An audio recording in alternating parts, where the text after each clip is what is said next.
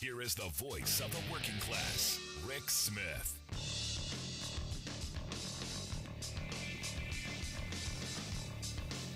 And welcome, brothers, sisters, working class heroes. This is the Rick Smith Show. Thanks so much for being here today on the big program. Lots to get to, lots to talk about. I want to start off today. Watched a video, and I was. It's been stuck with me a good portion of the day. We've all heard the story of the guy in upstate New York who someone pulled into the driveway, and a 65-year-old guy just, I guess, who knows, decided to shoot out at the car and shot and killed a 20-year-old girl. Well, her father was at a press conference, and it was one of these things that my heart breaks for this guy. I've got two daughters. I have no idea my reaction. I have no idea how I would handle it. I know I would agree with him. I hope the guy dies in jail. I hope he gets what he deserves. But I'm watching this, and he's telling the story about this Kaylin Gillis's boyfriend who wanted to marry her, and he would have been thrilled that if they'd have gotten married. And he's telling this story about how the first time he sees this kid, the kid says it's all my fault. And he did what any decent person would do, say, no, it's not your fault. He said, no, it's no one's fault except the man that pulled the trigger. You guys had no idea something that bad could happen on a backcountry road. That has stuck with me today. That's one of those things that I've been mulling around in my head all day today. And it's one of those things where, you don't expect these things to happen. But you know what? It is, I do believe it's others' fault. I do believe that we've been moving toward this point. And, Republicans have been doing everything they can possibly do to make, buying guns and accessing guns and bigger and more deadly guns available. The NRA has been, the right wing of the right arm of the Republican Party pushing this stuff. And I've joked in the past that I'll guarantee you they want vending machines with whatever you want. You need that AK? Just pull the lever. And not just making access to them much more easily gotten, but the idea of using them. And we've done this through legislation. Everywhere we look right now, the right wing fetish is we got to make it easier to get guns. I guess Missouri just made it even easier than it was before, which and I started thinking about, it's one thing to have the guns available, and we've got, 5, 6, 7, 10 guns per person in this country. But you start looking at the legislation that Republicans have been moving. And I blame Republicans because this is their baby. It's all about the guns. It's all about feeding the gun fetish. Stand your ground laws, castle doctrine laws, anything that they can do to make using the gun justifiable. And, I started thinking about this today. You got a 20-year-old who gets killed for pulling into the wrong driveway, a 16-year-old who gets shot through a screen door for knocking on the wrong door, a 6-year-old and their parents shot because a ball rolls into the other yard. And my mind goes to this place, this is nuts. But I started thinking about the 85-year-old guy who's, sitting in his living room and a black kid knocks on the door and he's shot through the screen door. I started thinking of, is this guy sitting there holding the gun? Are these people, are they that accessible that they're right there? And why?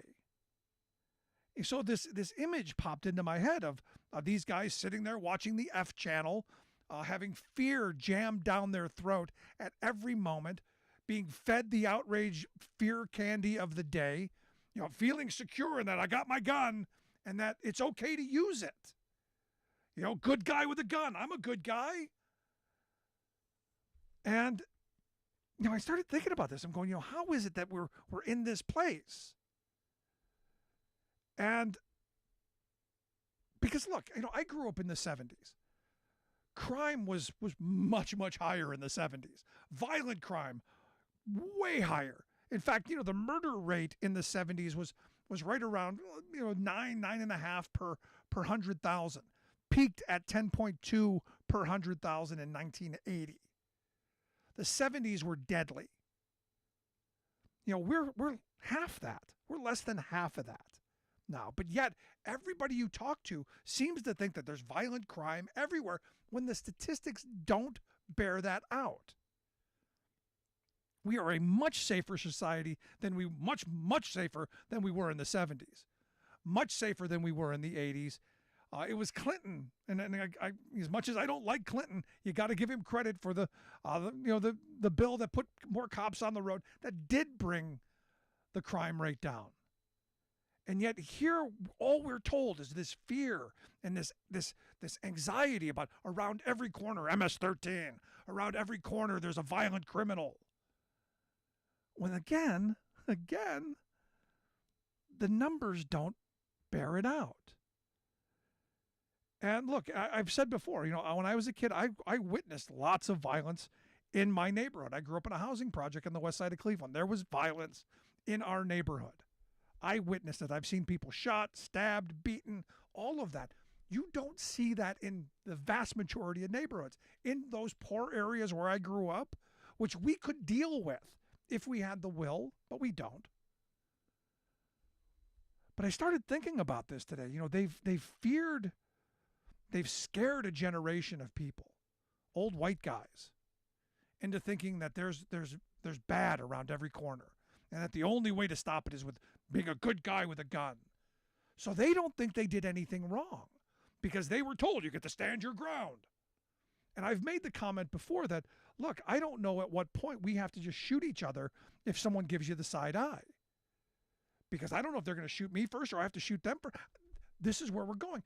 And I started thinking back to when it all went really apparently wrong. And I go back to George Zimmerman. We are right now in the natural destination post George Zimmerman. The idea that you can start a fight with some kid for no reason, and that kid can start to beat you like you should be, and then you say, hey, I was defending myself. I had to shoot him. Where when I was a kid, and I've said this 1,000 times, if you started a fight with somebody and you got your butt whipped, you deserved it. And everybody agreed you deserved it. Now we're a culture of you start a fight, you cause problems, you do it, you kill somebody, well, I was standing my ground. Or someone knocked on my door. The argument is going to be, I was afraid. I was defending my castle. No one should have been there. And the story, this 65-year-old guy who has shown no remorse. He's going to say, look, I live in the middle of nowhere. Violent crime all around us. The car pulled into the driveway. I was expecting bad things. I fired a warning shot. And, oops, sorry, I hit somebody. Because here's the thing. Had he fired the shot and missed, would he go to jail? I don't think so. So I started thinking about this. I'm going, when did we become so skittish, such cowards, so afraid of what's around every corner? And it's the F channel. It's right-wing talk radio. It's all of this. Be afraid of your neighbor. Don't talk to your neighbor. Certainly don't go out in public square. Go back to your bunker. Turn on the hate machine and load up your arsenal.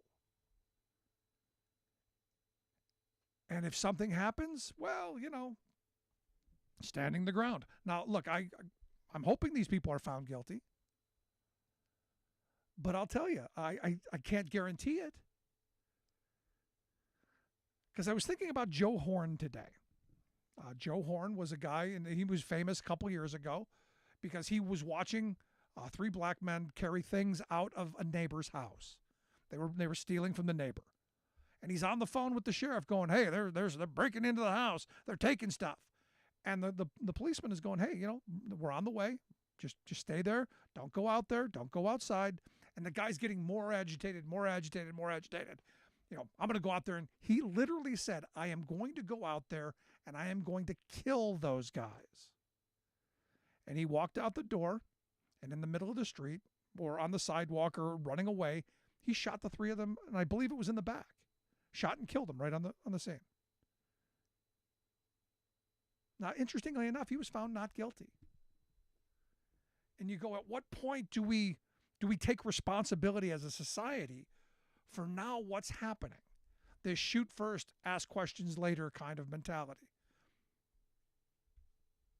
As we're pumping people full of guns, as we're pumping them full of fear, as we're moving more towards be afraid of everything. Now, look, I'm not a gun grabber by any stretch of the imagination, but at some point there's got to be consequences. We've seen this play out far too often. And the weird thing is I'm watching this girl's father go through this heartbreaking, press conference. He's wearing a Second Amendment hoodie. And my mind couldn't, just had to go, so you're promoting the guns, you're promoting this kind of, this direction that we're taking as a country. Because, God, guns, and fear, that sells. What's it going to take? When is enough? And look, like I said, my heart breaks for this guy. I cannot imagine. It could have been my daughter.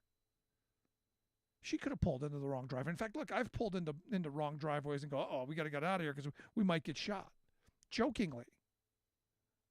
We're now that place.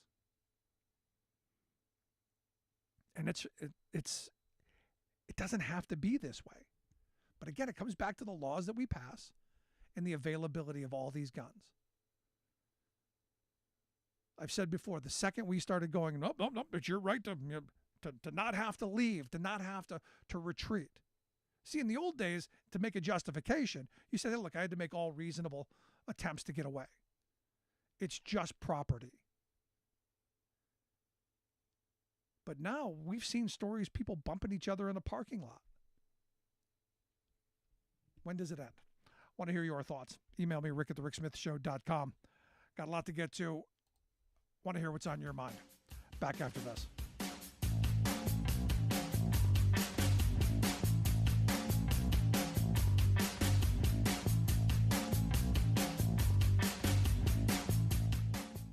We are AFGE, the American Federation of Government Employees. We represent 700,000 federal and D.C. government workers who are the vital threads of the fabric of American life. We support our nation's military. We take care of our nation's veterans. We protect our nation's borders. We respond to our nation's crises and natural disasters. We provide services to our nation's seniors. The American Federation of Government Employees. We work for America. The phone lines are open. Give Rick a call at 1-866-416-RICK. That's 1-866-416-7425. We are AFGE, the American Federation of Government Employees. We represent 700,000 federal and D.C. government workers who are the vital threads of the fabric of American life. We support our nation's military. We take care of our nation's veterans. We protect our nation's borders. We respond to our nation's crises and natural disasters. We provide services to our nation's seniors. The American Federation of Government Employees. We work for America. Welcome back to the Rick Smith Show. Now, here is Rick Smith.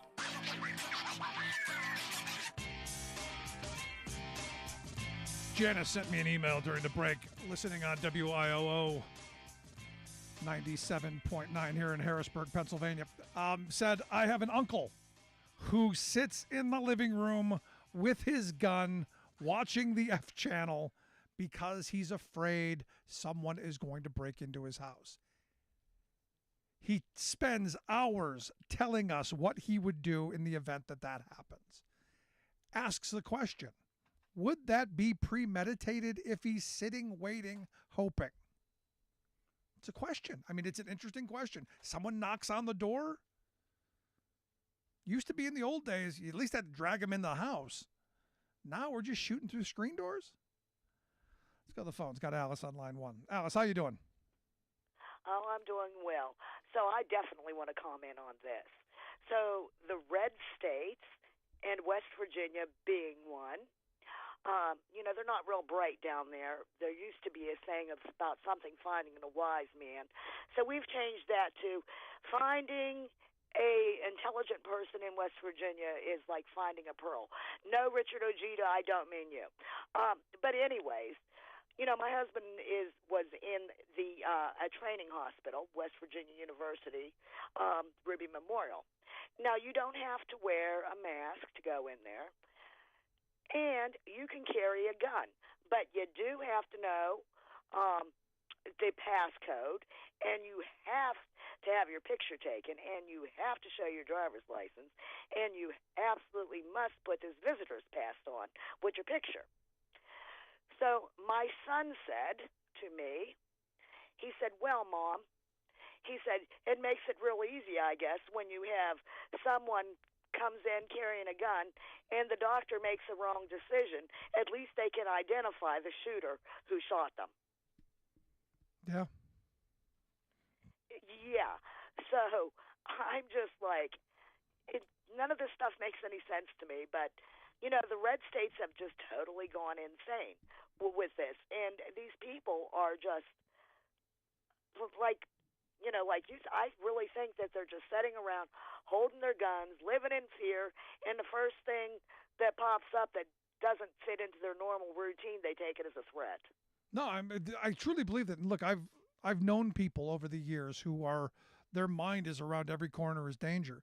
And I've said before, I don't know how you live a life like that. I don't know how you get up in the morning afraid of everything that will come your way.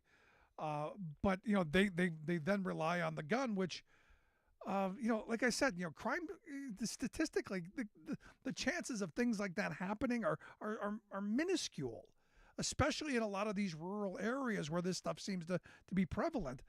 I do believe it's our media culture. It's the outrage candy that's being fed to them on a constant basis and on a 24-hour loop. And I don't know how we break that unless we start taking some of that on. I'm agreeing with you because, well, I know, what I've seen going on, and it's just, it reminds me, I have a German Shepherd, and I worked very hard with my German Shepherd when he was a pup to make sure that he doesn't overreact. And my vet said to me, I'm really glad that, you've trained him and worked with him because he's not on high alert all the time. So, and I think that's what happens with these people. They're on high, dangerous alert all the time. But you have a good evening, Rick. Thanks, Alex. I appreciate it. No, that is an excellent point. This idea that, like a dog is, if you train them to always be on high alert and always to be attacking, are we surprised they're going to bite somebody? No. It's the exact same thing. And look, I think back to, some of the stories that I've shared over the years, and just the kind of it's that man's inhumanity to man thing. This, we're almost trained to not care about each other. I've had a number of people over the years go, blank your feelings. I don't care about your feelings. Not that it matters because I don't have any.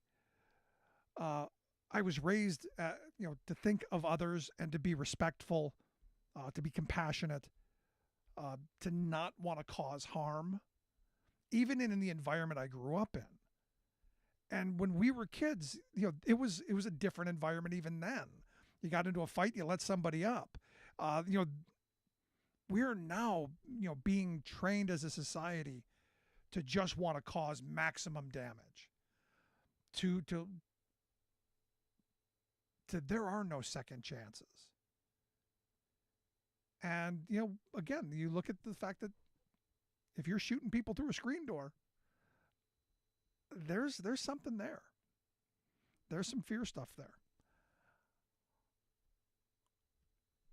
I can't imagine, again, how you wake up in the morning feeling like that. Now, legislatively, as I said earlier, the fact that we have passed these laws that make using these firearms much easier, much more accessible, carrying them around all over the place, makes for opportunities for, a couple of cars driving down the road, two idiots shooting at each other, hitting their kids. And I've said before, maybe what we need, do need to go back to the old days. Maybe we need to have dueling centers where if two idiots, get all worked up and they want to go at it, let them duel. Put them in a straight room with walls that the bullets can't get out of. Got to thin the herd somehow. But I can't help but think about, as I was watching this guy give his answers at the press conference. I know hundreds of people like him. Decent, hardworking people who have been trained to think that it's my gun and I can do whatever I want, and this is the most important thing. This is my issue. And it's heartbreaking that this is how he's lost his daughter. And I'm not attacking him. This is our culture. This is the society that's been sprung up around us through mass advertising, through social media, through our media, through our corporate controlled media, through a political party hell bent on fetishizing guns instead of going, look, they're tools. And you keep those at home. I was reading something today that said, the number of policemen in the country has declined. And there are a bunch of reasons for that. It is hard to be a cop in this day and age. Especially when you have to worry about every idiot having a gun now. Now, that also gives them the ability to go, look, I was in fear of my life. More gun deaths. Is there an answer? I'd love to hear your thoughts. Email me, rick@thericksmithshow.com. And if there is, how do we implement it? Because Democrats talk about guns and everyone loses their minds. The F channel goes crazy. The gun grabbers are coming. Even talking about red flag laws, which would have helped in Nashville, Tennessee. Even talking about background checks, which would have helped in a number of places. 7-day waiting periods. All of these things that are inconvenient for the gun fetishist, but not an infringement of their right. And the sad reality is we can't get anything done. We can't get anything passed through. And I had someone today say, well, the Democrats controlled the House, the Senate, and the White House for 2 years.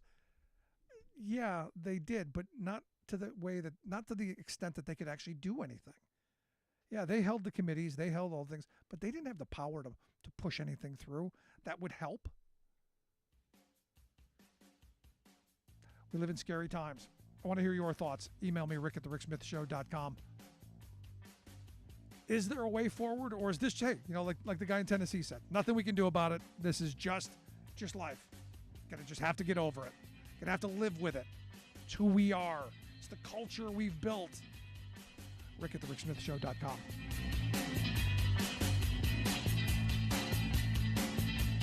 I'm Rick Smith, and this is Labor History in 2. On this day in labor history, the year was 2010. That was the day the Deepwater Horizon oil rig exploded in the Gulf of Mexico, killing 11 workers and injuring 17 more. The rig experienced an initial blowout, releasing an uncontrollable flow of oil and gas from the well. Hydrocarbons then ignited, causing the explosion and fire. It caused a massive offshore oil spill of over 4 billion barrels and is considered the largest environmental disaster in U.S. history. British Petroleum was the main operator responsible for the well's design. The drilling contractor, Transocean, owned and operated the rig. A handful of smaller companies were also involved. While company and governmental officials initially argued the explosion was unforeseeable and then subsequently blamed each other, there were warning signs in the months leading up to the deadly explosion. Multiple equipment failures, design deficiencies, poor preventative maintenance, bad engineering decisions, and a chase for profits that emphasized low worker injuries at the expense of process safety all combined to create the disaster. As well, regulations and standards enforcement were weak in an almost totally deregulated industry. One phrase used by investigators to characterize the explosion was the normalization of deviance. From workers to managers to executives, none saw the explosion coming. There were dozens of contributing factors, as the Chemical Safety Board investigation noted. They listed 57 key technical, human, and regulatory factors in their 2016 final report. However, engineers had raised concerns about the potential failure of key equipment. Workers were sensitive to the fact that they could be fired for raising safety concerns that delayed drilling. BP was ultimately found responsible and racked up over $70 billion in fines, cleanup, and settlement costs. Like what you hear? Check out more at laborhistoryin2.com. Way to go, Wisconsin! In a momentous progressive win, voters there elected County Judge Janet Protasewicz to their state Supreme Court. She thumped a mega-MAGA Republican by 11 points in a pivotal race, ending a dark decade of unbridled right-wing partisan extremism by that court's GOP majority. But the vote has profound implications reaching far beyond the Badger State. Its deeper meaning was brought home to me on election eve when the Republican candidate, a Trump-hugging, gerrymandering, anti-choice lawyer, complained that, quote, doing a statewide campaign is kind of hard. Well, yes, but to paraphrase a song by a band called the Austin Lounge Lizards, campaigning is hard, but it's harder when you're stupid. Not that the lawyer lacked intellect, but smart is as smart does. What the swing state of Wisconsin showed is that this right-wing candidate and other arrogant GOP fanatics are stupid if they think people won't care that, one, Republicans are shutting people out of the voting booth, and two, they're running as ideological autocrats, promising to use state power to outlaw the inherent right of a woman to make her own deeply personal decision about abortion. Moreover, Judge Janet's big win sends a gut-check message to meek Democratic Party officials and donors who continually admonish candidates and local activists to be middle-of-the-roaders, compromising the people's little d Democratic principles in hopes of winning some Republican votes. Protasewicz was straight with voters, proudly campaigning to be a pro-choice, pro-worker, pro-democracy justice. This is Jim Hightower saying, because of both the integrity and clarity of her message, she generated a record turnout, greatly increased participation by women and young voters, and, especially noteworthy, made significant inroads in rural and working-class counties that had been considered Trump country. She showed that if Democrats stand up for the people, hello, people will stand up for Democrats.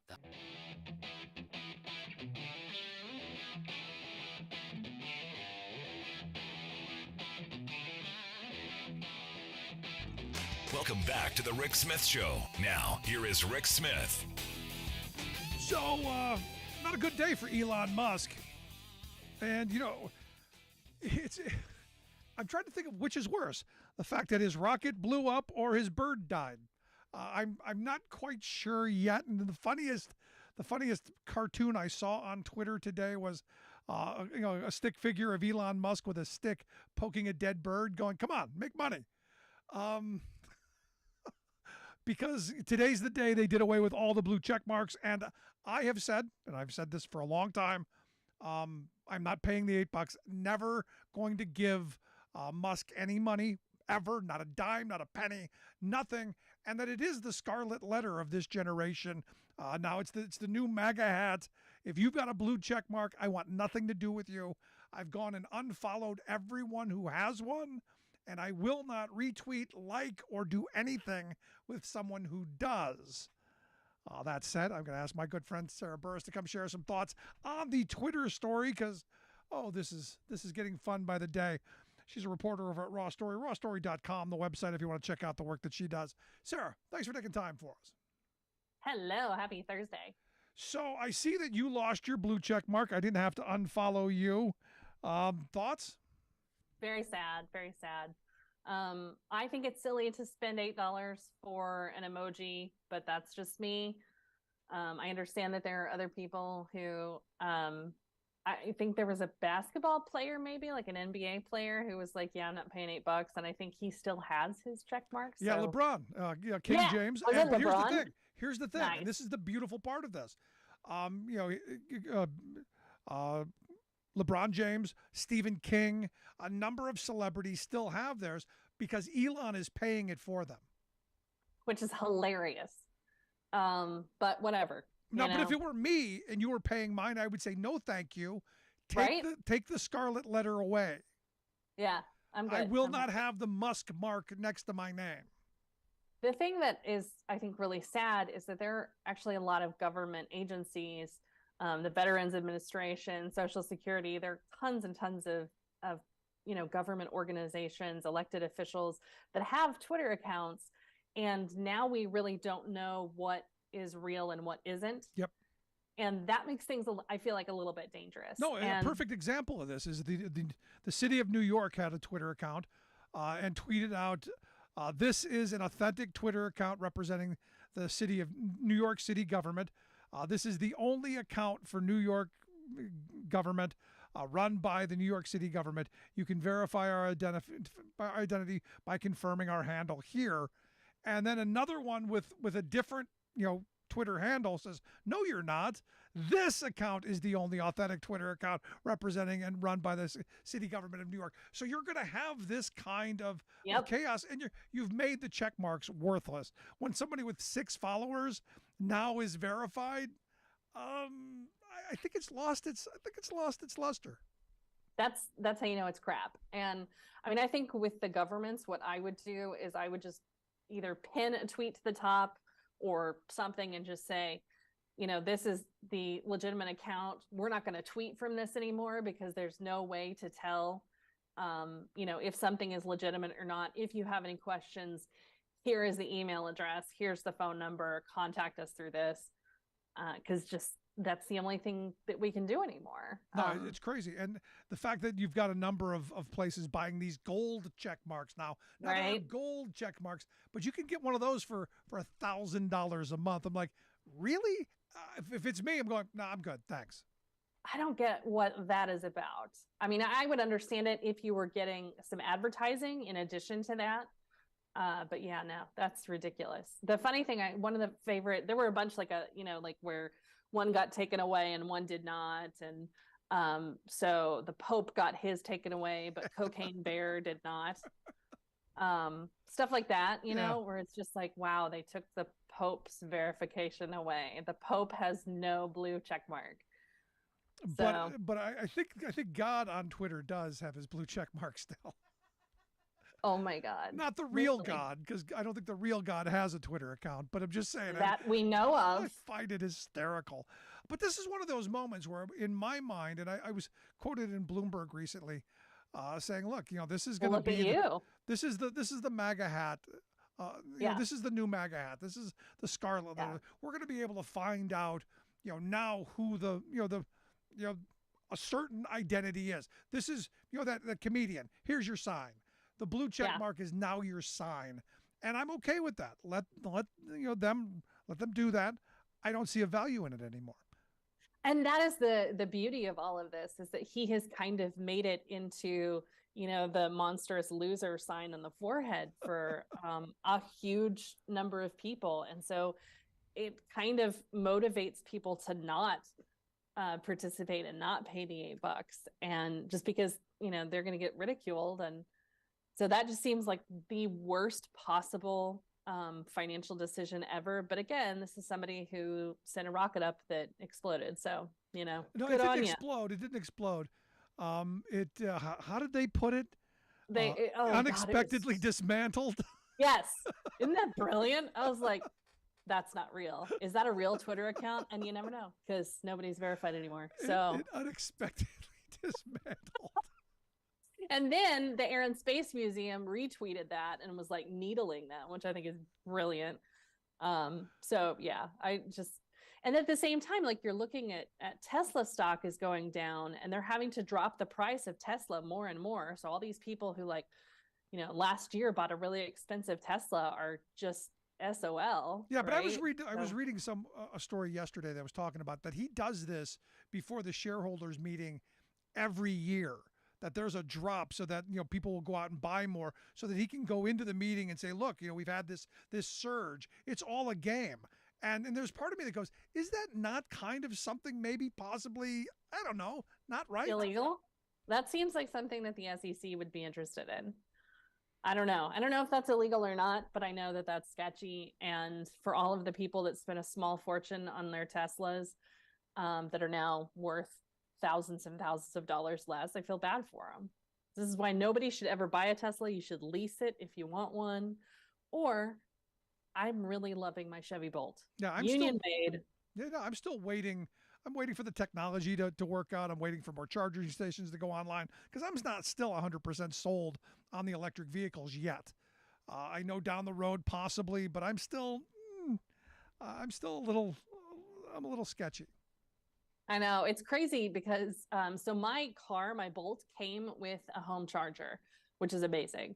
Because I live in an apartment, that makes things a little sketchy. So I had my parents install it in theirs, since I'm going to be in Oklahoma for a little bit. And there are not a lot of charging stations in Oklahoma.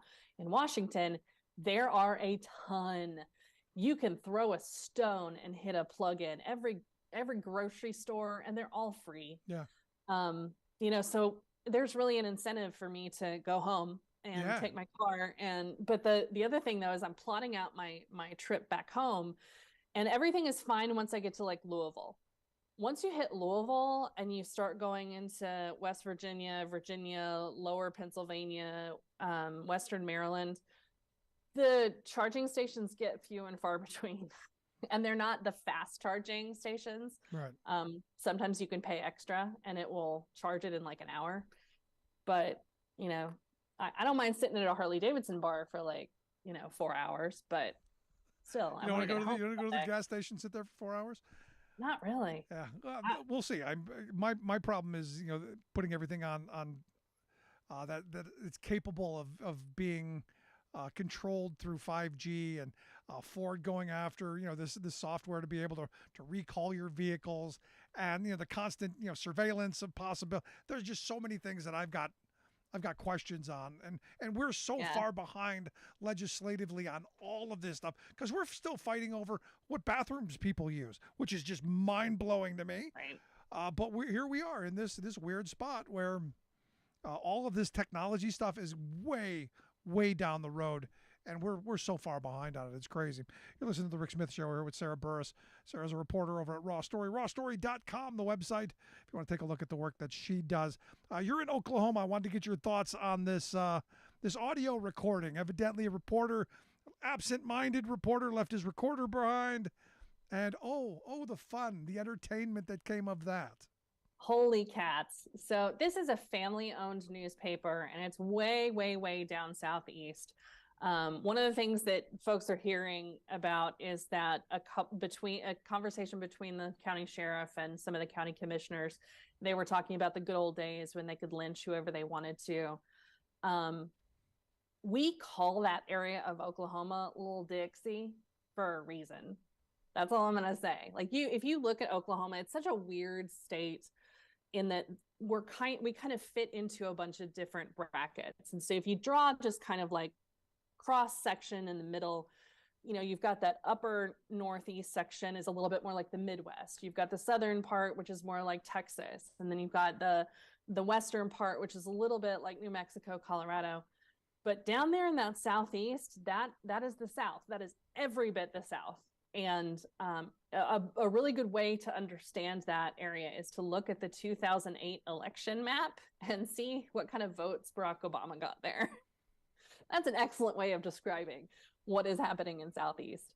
But this newspaper that's family owned and operated, they're not taking any crap from anybody, and they're not afraid of anything. I guess the dad is the publisher, his son is a reporter, and for 2 years he has been pounding the pavement trying to find dirt and information on the county sheriff's office. And boy, oh boy, did they ever. They suspected that they were having county commission meetings without the public's knowledge, which is against Oklahoma's Open Records Act.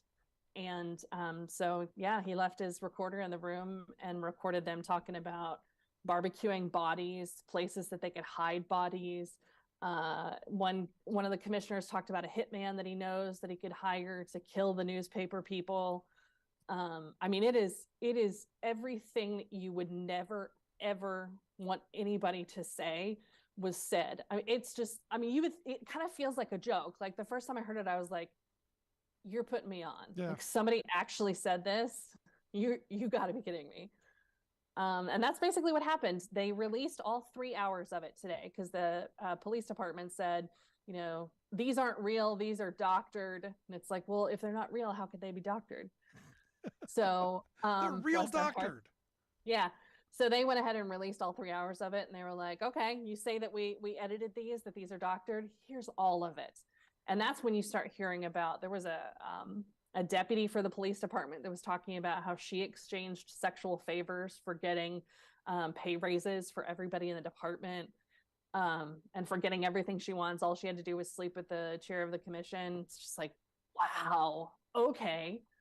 And yeah, so some of the corruption is now leading to a lawsuit. There was a guy from Tulsa who was down in Southeast and ended up being arrested, and as he was handcuffed, they were tasing him. He had a seizure. He died like 5 days later. So now there's a wrongful death lawsuit against that. I mean, Wow. it's just, It's like as Oklahoma turns. this is bad. I mean, this is so bad that Kevin Stitt, the biggest right-wing nerdo nobody, asked them to resign. That's how you know it's bad. Wow. I mean, that's Yeah. Welcome to Oklahoma. now. Also, there's another story banging around about Oklahoma. Evidently, the AG there has filed a request to vacate the conviction of this guy who was convicted of hiring someone to kill somebody, and spent. I guess he's been in jail almost 25 years. He killed supposedly this Barry Van Tress, I guess his name was murdered. And the guy who did it claimed this guy, hired him to do it, and then later recants it. And all of the arrows are pointing to this guy being innocent. Mm-hmm. And yet the state of Oklahoma is still planning on executing this guy on the 18th. And that's the thing that's so crazy, is that Oklahoma just barely got back to the point where they could execute people because of the sketchy drugs that they were using to do it and the botched executions they've had. I think this is another example of why it doesn't make sense for us to have the death penalty in the United States. There are a lot of other options. No, the reason I bring this up is you've got that sheriff and you've got these stories coming out of here and the things that they're doing. And look, I would never want to put that all related. Yeah, it all comes together, and just shows you how some corrupt folks could really make lives miserable, and this guy being one of them. May 18th, they want to kill him, and everybody, from the reports that I'm reading, everyone's saying no, he didn't do it. Yeah, and that's what's been so unusual about this, is that it's mostly Republicans that are speaking out against this, and you don't usually get that very much. A lot of times you'll have Democrats that are fighting against death penalty cases. In this case, it's the Republican Attorney General. They had a Republican member of the legislature that was on CNN this afternoon talking about it. So I'm just really surprised that Republicans are out there complaining about it. And, maybe this means that they will have a moment in their minds where they're like, maybe we shouldn't be killing people. Yeah. And maybe we shouldn't be plotting to kill people. Just that too. Little things. Finally, I want to get your thoughts on Senate Judiciary Committee Chair Dick Durbin today, asking John Roberts, the Chief Justice of the Supreme Court, to come and come to Congress. They didn't subpoena him. They just did nice. Come on and talk to us. You seem to have some problems over there. You six little dictators with robes. Come and give us a statement or two. Does he go? Probably not. But I mean, honestly, if he was smart, he would go, because if he doesn't go, then it's kind of this standoff, this like they're playing chicken to see who will blink first. And I wonder, I mean, it's Dick Durbin. Would he subpoena? Would he? I think he might. At some I point, you honestly have think to. he might. At some point, with all the stuff Exactly. that's come out, you have to. And that is the big piece of our judicial system, right? Nobody is above the law. And you know, Clarence Thomas has broken all kinds of different regulations, all kinds of reporting things. He's lied about it, and then he's just like, oh, I didn't do this right because I don't know how to fill out a form, even though I'm a Supreme Court justice. It's complicated. Right. It's like, okay, well, if it's too complicated for you, maybe you shouldn't be on the Supreme Court. Call me crazy. There is that. But I'm looking forward to it. You know, he said he vows to hold a hearing on it on May 2nd on ethical rules at the Supreme Court. I'm looking forward to May 2nd because maybe there's going to be more. I was in D.C. on Monday, and a couple of people that I'm close with said, "Look, there's a lot more of this Thomas stuff to come." Yeah. You know, so pay attention. There's more. And I got to imagine it's not going to be just Thomas. I got to imagine Alito and Roberts and all of them have been feeding from the same trough, getting these vacations and these trips and going to these conferences and getting their pockets lined. I still want to know who paid off Brett Kavanaugh's bills. Yes. Maybe we talk about that. I was hoping you would bring that up. I think a lot of that stuff is things that could be requested from a Freedom for Information Act. These are all public records. So I think reporters need to be requesting all of that stuff. We need to know who paid off his house, who paid off all of his debts. We need to know how many calls there were to the FBI, what those calls said, who they gave them to at Trump's White House, and why they weren't brought to Congress. There are a lot of questions about all of these people, and John Roberts has no ethics that he has passed for that specific court. So it's time for him to answer some questions. And none of it's surprising. Look, I'd been mentioning, Thomas getting gifts and Ginny Thomas getting money from the Tea Party groups and all that for years. There's nothing surprising here. So for me, the only thing that I came away with this from, the only thing I walk away from all of this with is I don't have the right friends. Right? This is the thing we say all the time. It's like, why isn't anybody taking us to the beach? Why isn't anybody else taking us, to like Indonesia on their private jet? Yeah, buying my grandmother's house and fixing it up. Whatever. Right? I got to get new friends. But as always, Sarah, I appreciate the time. Great stuff. Thank you so much. Everybody have a good weekend. You as well. Our good friend Sarah Burris. Remember, check out the website, rawstory.com, and the work that she does. Quick break. Right back. Stick around. Listen to The Rick Smith Show. For working people. Come to talk.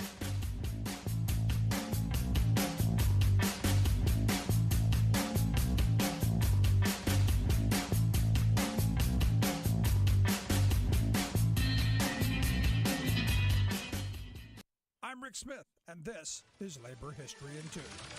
On this day in labor history, the year was 1853. That was the day that Harriet Tubman led her first trip on the Underground Railroad, the clandestine network that helped enslaved people escape slavery and move north to freedom.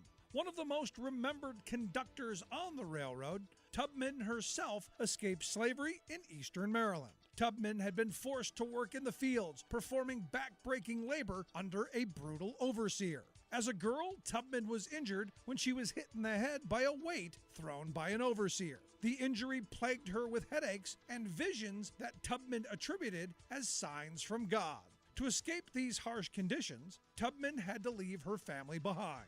But she did not forget them. On her first trip to free those enslaved, the group included her sister and 2 children. On subsequent trips, she helped lead her brother and aged parents to freedom. In all, Tubman made 19 trips back to the South.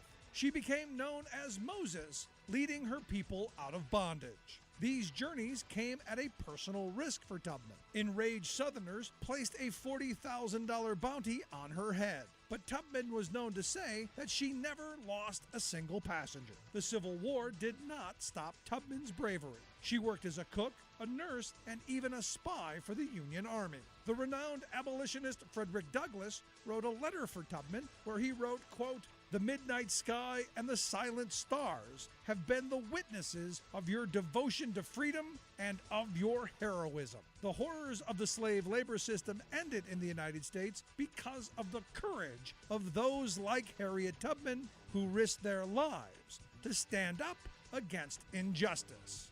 Like what you hear? Check out more at laborhistoryin2.com.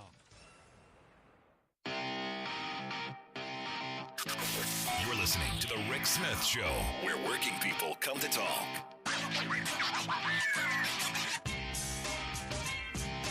So Joe Biden's nominee for Labor Secretary, Julie Su, I don't think it's going to happen. I'm looking at, again, Joe Manchin. Joe Manchin and John Tester seem to be holding things up. And this is one of those things where it used to be in the past that unless there was something really egregious, the president got the people that they wanted to lead the agencies. And I look at someone like Julie Su, who would do the mission of the Department of Labor, and that would be to advocate for workers, to help workers, to make sure that the workers are protected, make sure that And I loved one of the comments from Mitt Romney, who said that she's just she supports labor too much. How did he put it? She seemingly has a closer relationship with unions than with businesses. And I go, there is a Department of Commerce. They're the business people. There's a Department of Labor. That's, to help make sure that workers get a fair shake. I certainly don't want a Howard Schultz-like labor secretary. Look what he's doing to the workers at Starbucks. I look at this Julie Su and what the Manchins and the Republicans and even the Testers, I got to think, are afraid of is that she's going to do what Jennifer Abruzzo is doing at the NLRB, and that's interpreting laws in a different way to help make it easier for workers to have better protections on the job, to be able to do things better for working people. This is where the coded language, she seems to be too close to those unions and not to business. And again, everything in this country has to be going towards the business end. It was an interesting hearing, and I'm not going to go into all the details other than I fear that Manchin and Tester are going to bring this down. If it's just Manchin, yeah, okay, you're gonna get through. But if it's both Manchin and Tester, then her nomination goes down, and sadly, we end up with again another moment where you don't have someone at the helm, which is exactly what Republicans want. They want to be able to stall, delay. They don't want anything to get actually done,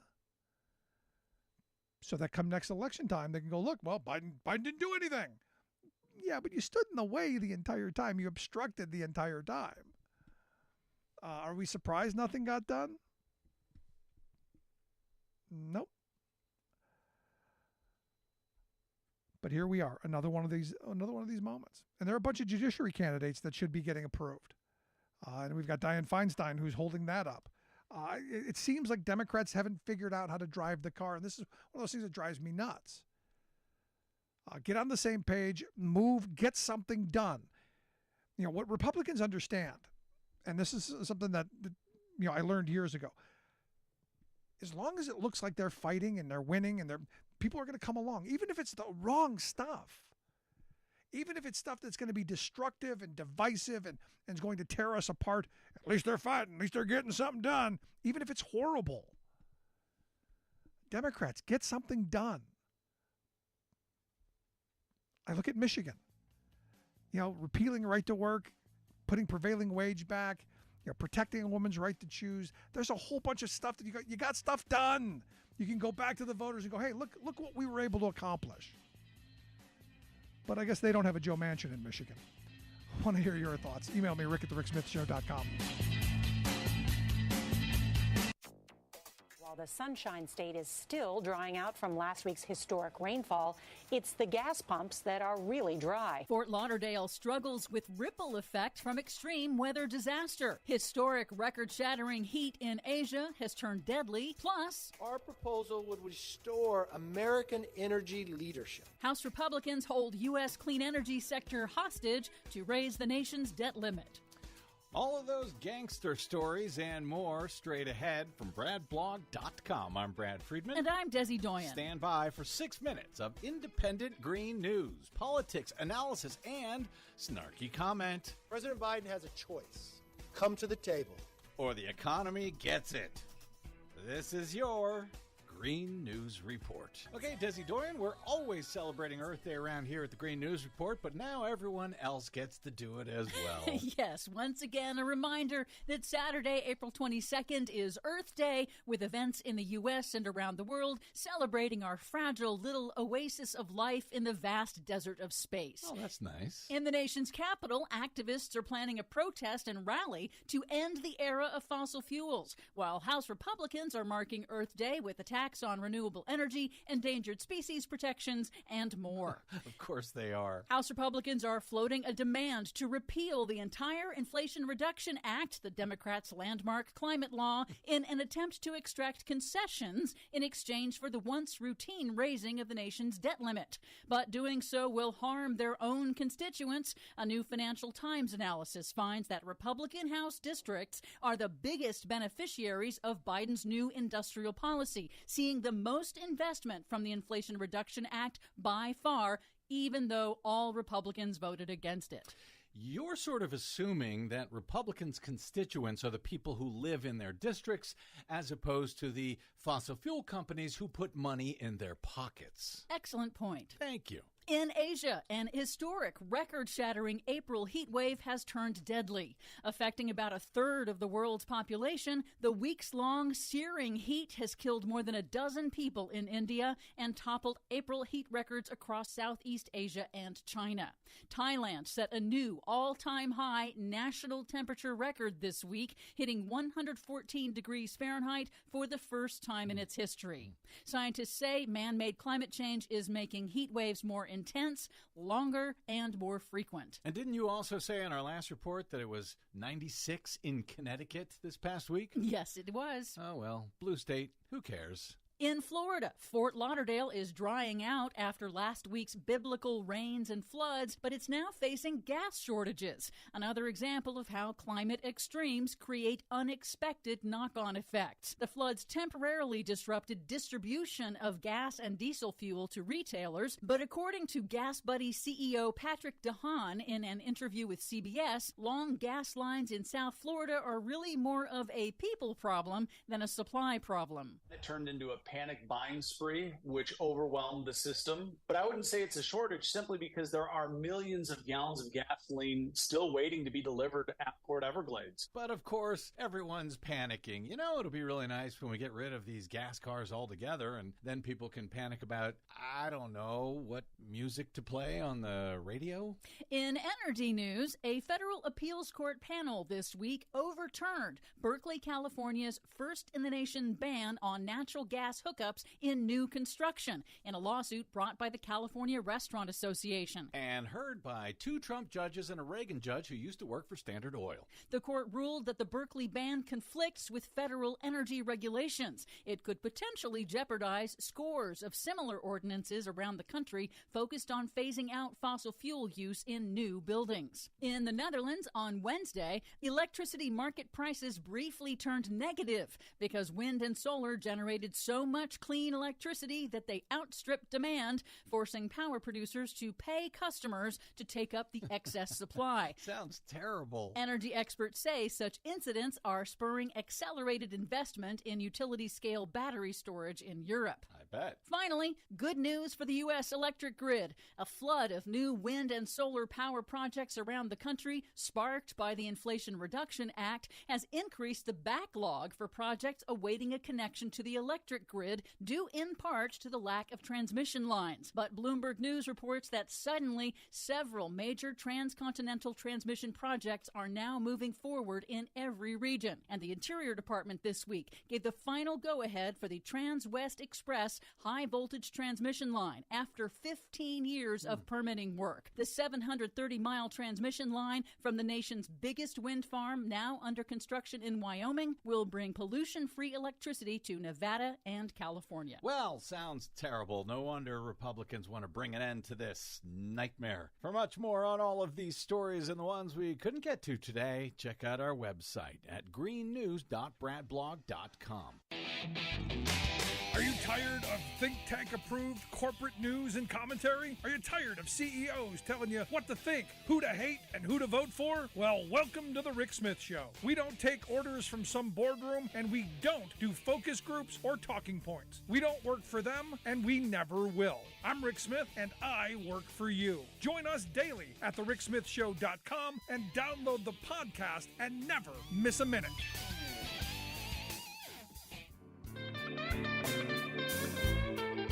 Welcome back to the Rick Smith Show. Now, here is Rick Smith. So on Monday, as you know, I was in D.C. for a Patriotic Millionaires event talking about, hey, how do we bring more revenue into our government to fund the things that we need? You know, like infrastructure, education, healthcare, you know, pay our bills, maybe not have the hostage situation that's currently going on. How do we bring in some additional revenue to do the things that we need to do? And a group of millionaires came together and said, hey, the answer is what I've been saying for all 18 years on this show: tax the very wealthy at a much higher rate.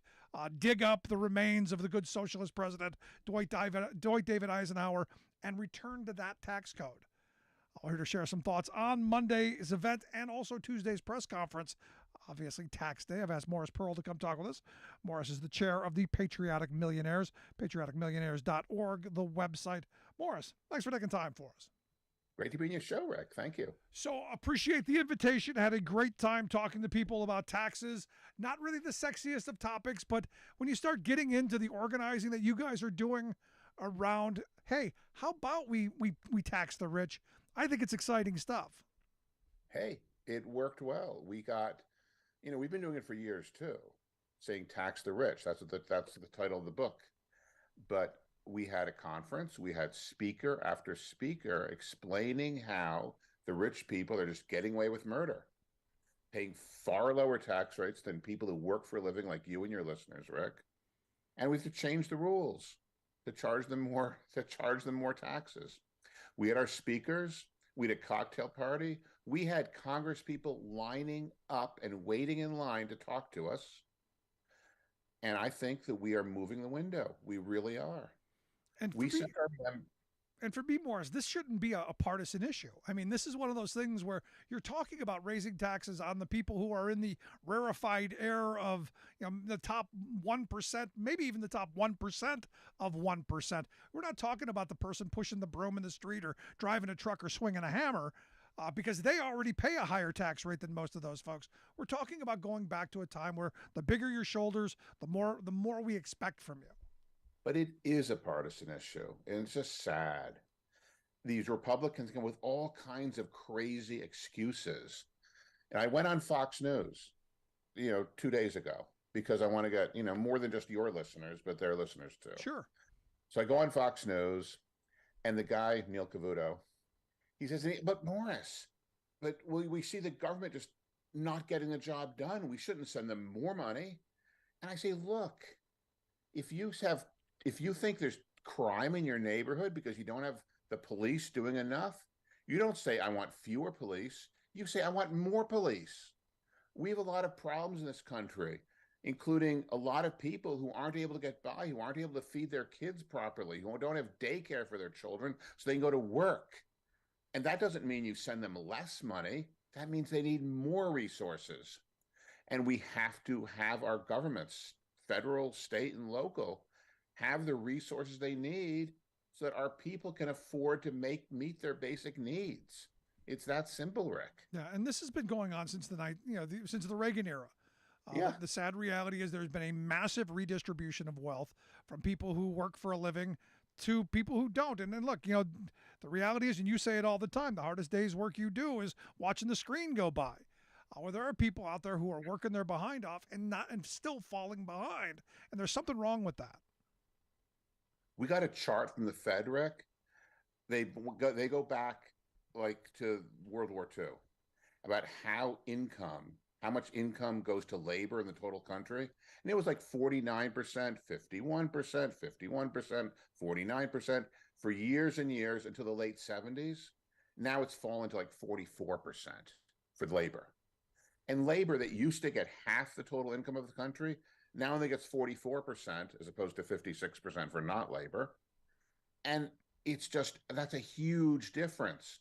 Over since the Reagan Revolution till now, there's been this huge transfer of income from people that actually work for a living to people who don't.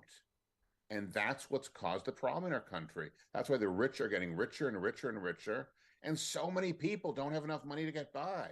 Yeah. And we have to do something about it. No, I watched an interview with Jesse Ventura, the former governor of Minnesota and wrestler and Navy SEAL and all of this. And he said, look, in this country, we shouldn't have any billionaires whatsoever because there's no way you can convince me that someone works that hard.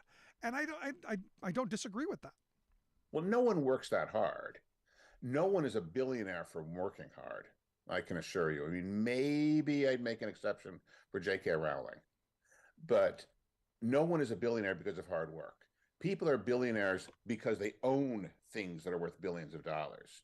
Mark Zuckerberg owns a big part of the company that runs Facebook, Meta. Jeff Bezos owns a big part of Amazon.com. Neither of them are billionaires because they work so hard. They're billionaires because they're the ones who owned it to begin with, and they never sold the whole thing. So yeah, we have some extraordinarily wealthy people in our nation. They've gained extraordinary wealth from their companies that they own, and they've never paid a penny of taxes on that extraordinary wealth they've generated from the companies they've owned, because that doesn't count as income. Right. Income now, is your... One of the things that you have in your report is you want to change what money is. You say money is money is money. It shouldn't matter if you earned it by going to work, you got it through investments, you won it in a lottery, you got it fell from like manna from heaven. Income is income. Is that right? Yeah, we want to tax for up to $1 million, we're okay with the way it is. But if you're getting over $1 million a year, we want you to pay tax on all the money you make, including inheritances and stock market profits and unrealized capital gains and partnership income and whatever you get in money. If it's over $1 million, when it's over $1 million, you should pay taxes on it. That's what we think. Now, the rates that you laid out, and I don't believe this is going to happen, not in my lifetime, but it's a good goal. From $5 to $10 million, a 50% tax rate on that dollar over, 10 to 25, 60%, 25 to 50, 70%, all the way up to over 100 million at 90% for that dollar over. This isn't, as I said, unprecedented. This is kind of, somewhat going back to the Eisenhower era, even though during the Eisenhower era, it would have been like $2 million for the 90% range. You go up to 100 million. What do you think most people are going to say when they see that? I think, some people are going to say it's crazy. Some people are going to say it's great. Some people are going to complain a lot. I mean, the biggest complainer, Ken Langone, he, made a huge fortune, had his name put on a hospital that he funded downtown. He paid 70% income tax rate on the money he made when he founded Home Depot, and, made billions of dollars from that over the time. And he lived in the highest tax place in the world, Manhattan in New York City, never moved, never did anything, and became a billionaire based on that. And now he's out complaining that tax rates are so high and people won't innovate and start companies anymore. And I think that's just ridiculous. No, it is. But when I saw that, I said, you know what? I got to tell you, I think I would love to pay the 90% tax rate. I think I would. Why? Because I'd have $100 million.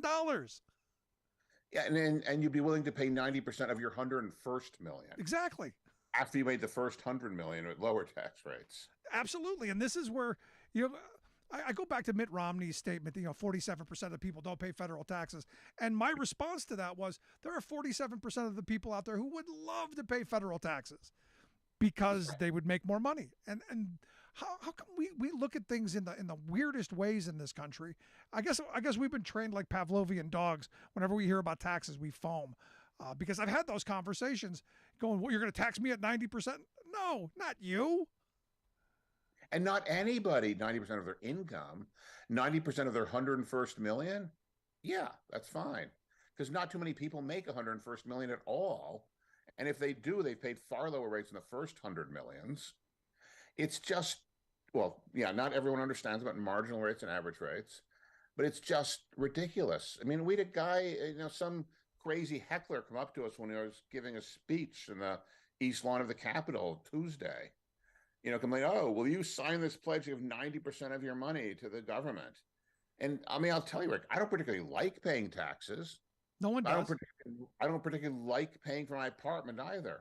I don't particularly like paying dues for the club that I'm in where I exercise. But I do all those things because I want things. And I pay taxes because that's part of the rules. And I might, want to have the club raise the dues so they have money to, I don't know, refurbish the dining room or something. But it doesn't mean that I want to pay for it all myself either. Yeah, or hire someone to clean the showers so you don't get foot fungus. That's right. There's always that. You're listening to the Rick Smith Show. We're at Morris Pearl. Morris is the chairman of the Patriotic Millionaires. If you want to take a look at the work that they do, patrioticmillionaires.org. There were two other components to your tax plan that I found interesting. One of them I've been advocating, all of these I've been advocating for years, but this one in particular, the idea of having the standard deduction at what a true cost of living would be. And I think you pegged the number at $36,000 for a single person and $56,000 for a married couple. This I think is really important. And going, look, it costs a certain amount of money just to basically live. And then we should be taxing you above that. And that rate should be going up the larger your income is. I think having a conversation along those lines is something that could be productive. And I know you guys are doing some of this. I want to get your thoughts, though. Yeah, we actually want to get a tax cut for people whose annual income is below about $36,000 a year. They should not pay taxes at all because that's about, you can't really live well in less than, we figured, $36,000 a year. I've never tried it. I wouldn't know, but I doubt that most people can.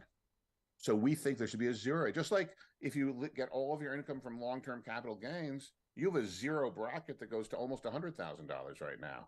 So we think people who work for a living should have a zero bracket up to a living wage, which is currently about $36,000 a year, according to the experts that we found. But what about skin in the game? What about skin in the game, Morris? Well, these guys don't have any extra skin. They're living on the edge as it is, paycheck to paycheck. I don't think they would do any differently any better with skin in the game. I think what I'd like to have them do is have enough money to maybe pay for daycare for their kids so they can all work, enough money to buy food and make the rent every month, and maybe have an iPhone so they can sign up for an app to get extra money, I don't know, door dashing or something. It's very expensive to be poor. Oh, I know. I've been there. The other thing that you talk about in your report is a wealth tax, and I thought this was creative. You came out and said that you feel like 1,000 times the median wealth. This is a wealth tax, not an income tax. Would be at like 2%, all the way up to someone who's 1,000,000 times the median income. And I'm going, who is possibly 1,000,000 times the median income, and is that good for society to have someone with 1,000,000 times the median income in this country? Median wealth. I mean, we think That's that what we think that the median wealth, meaning half the people have less wealth in this, is about $160,000. So half the people in this country have more than $160,000 in wealth, and one of them has more than $160 billion in wealth. I mean, I believe that one is Mr. Musk, who owns like Tesla and some stuff. Yeah, I don't know about that after today, after both the bird died and the rocket crashed. Oh, yeah. Or I'm sorry, didn't crash, didn't explode. It unexpectedly dismantled. Unexpectedly dismantled, yeah. Well, whatever. But yeah, we think that if the median family is 160,000 in wealth, if you have 160 million, you can pay 2% of that. We think you can do that. And you'd still have $157 million in wealth. And most people can live and provide for their children, their grandchildren, and their great-grandchildren with $157 million. So we don't see that as a major problem for even the richest people. And yeah, if you're the richest person in the world, you can pay 8% of your wealth to the government. and you'll still be the richest person in the world. And then if people pay these taxes, then the median will go down and they'll have less to pay next time. And the wealth of the median, the median will get closer, they'll get closer. Right. So the inequality will go down is what I meant to say. And over time, it'll take a very long time, but over time, we'll have a little bit less inequality in our country. The very rich will have a little bit less, and the people at the bottom will have a bit more. And that will be good. I want to live in a country filled with people that can afford to buy stuff, and that can help me get rich. Yeah. So the last question I've got for you, because this all is great. Like I said, I've been advocating for these policies for years. The right has done a masterful job of saying government can't do anything, and when they're in charge, they end up proving it. We hear all the time that government is nothing but waste, fraud, and abuse. So just giving them more money, throwing more money at the problem, Morris, isn't going to solve it. How do you undo 40 years of right-wing propaganda on getting people to hate their government? I mean, we talk to them one at a time, just the same way, we met with you in person last week in Washington, D.C. And what I tell people who have that argument is look at the parts of government that you actually see with your own eyes. If you have crime in your neighborhood and the police aren't doing enough, do you stand up saying, I want fewer police? No. If you have crime in your neighborhood because the police aren't doing enough, you say, I want more police. In the same way, we need more government to solve some of these problems, not less government. Government gets more stuff done when they have more people and more resources. And that's what we are trying to do, is we want to provide resources for those people who need those things, whether it's police or it's hospitals or there's fire departments or there's schools and universities and all the things that government does for us.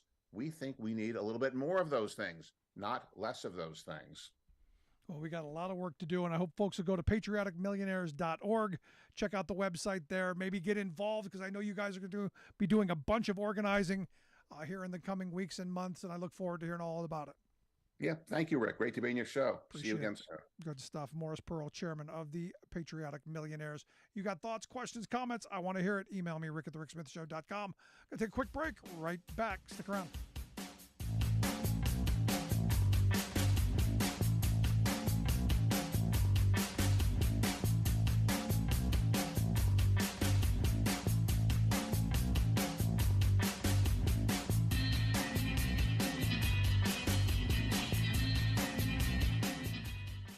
We are AFGE, the American Federation of Government Employees. We represent 700,000 federal and D.C. government workers who are the vital threads of the fabric of American life. We support our nation's military. We take care of our nation's veterans. We protect our nation's borders. We respond to our nation's crises and natural disasters. We provide services to our nation's seniors. The American Federation of Government Employees. We work for America. We are AFGE, the American Federation of Government Employees. We represent 700,000 federal and D.C. government workers who are the vital threads of the fabric of American life. We support our nation's military. We take care of our nation's veterans. We protect our nation's borders. We respond to our nation's crises and natural disasters. We provide services to our nation's seniors. The American Federation of Government Employees. We work for America.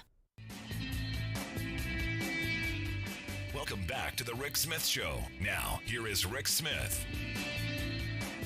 I think one of the most ridiculous stories of the day. Texas, guns, yep, again.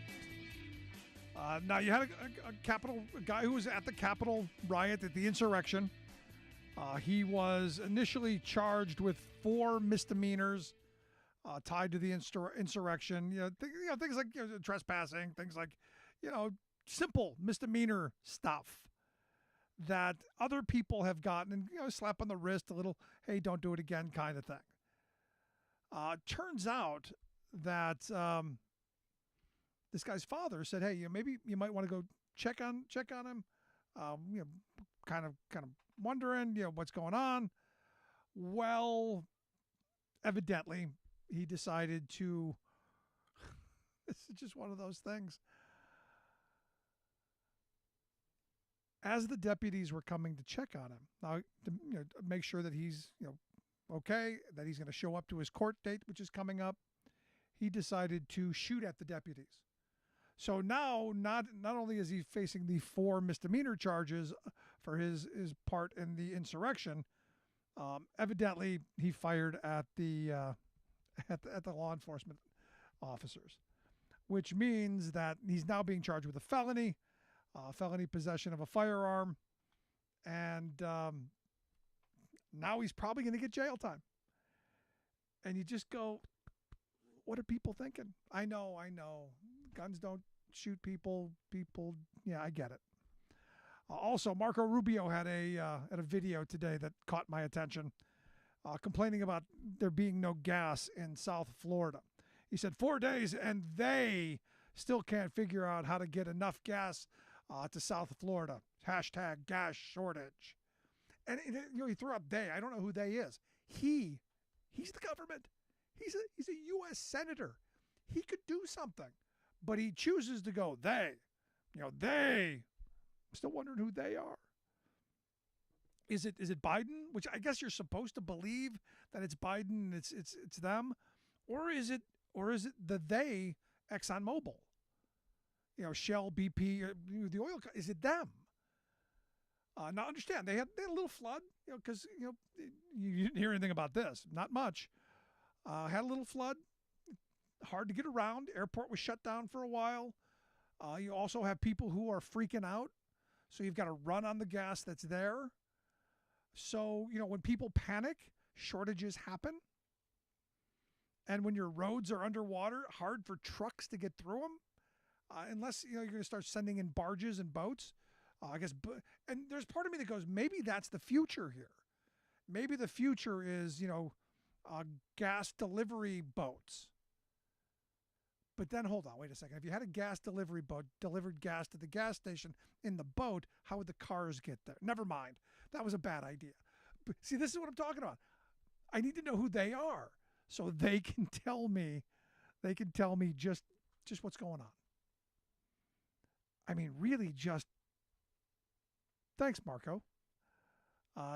Just crazy.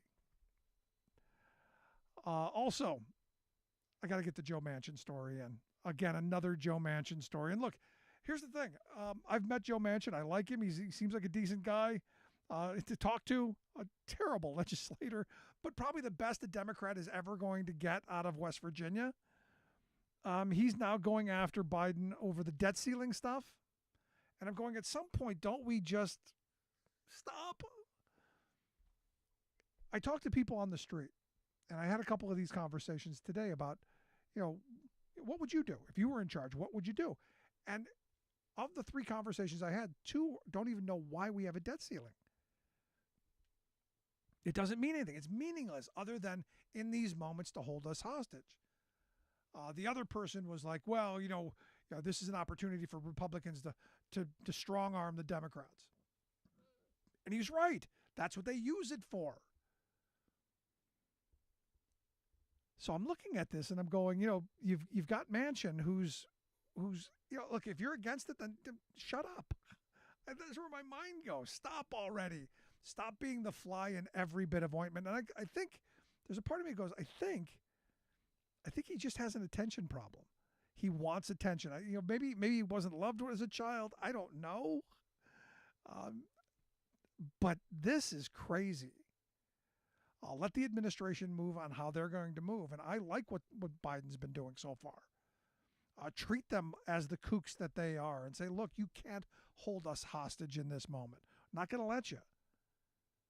And as our friend Bob Ney said yesterday, if McCarthy forces a shutdown because he's not getting enough pounds of flesh, 22% cut to the VA, I think Bob's right. I think the reality is I think Republicans will pay another price for it. But the sad reality is, for them anyway, is crazy's taken over. I want to hear your thoughts. Email me, rick@thericksmithshow.com. Right back after this.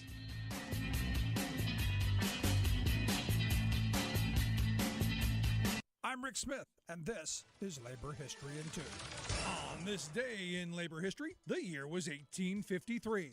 That was the day that Harriet Tubman led her first trip on the Underground Railroad, the clandestine network that helped enslaved people escape slavery and move north to freedom. One of the most remembered conductors on the railroad, Tubman herself escaped slavery in eastern Maryland. Tubman had been forced to work in the fields, performing back-breaking labor under a brutal overseer. As a girl, Tubman was injured when she was hit in the head by a weight thrown by an overseer. The injury plagued her with headaches and visions that Tubman attributed as signs from God. To escape these harsh conditions, Tubman had to leave her family behind. But she did not forget them. On her first trip to free those enslaved, the group included her sister and 2 children. On subsequent trips, she helped lead her brother and aged parents to freedom. In all, Tubman made 19 trips back to the South. She became known as Moses, leading her people out of bondage. These journeys came at a personal risk for Tubman. Enraged Southerners placed a $40,000 bounty on her head. But Tubman was known to say that she never lost a single passenger. The Civil War did not stop Tubman's bravery. She worked as a cook, a nurse, and even a spy for the Union Army. The renowned abolitionist Frederick Douglass wrote a letter for Tubman where he wrote, quote, "The midnight sky and the silent stars have been the witnesses of your devotion to freedom and of your heroism. The horrors of the slave labor system ended in the United States because of the courage of those like Harriet Tubman who risked their lives to stand up against injustice." Like what you hear? Check out more at laborhistoryin2.com. Way to go, Wisconsin! In a momentous progressive win, voters there elected County Judge Janet Protasewicz to their state Supreme Court. She thumped a mega-MAGA Republican by 11 points in a pivotal race, ending a dark decade of unbridled right-wing partisan extremism by that court's GOP majority. But the vote has profound implications reaching far beyond the Badger State.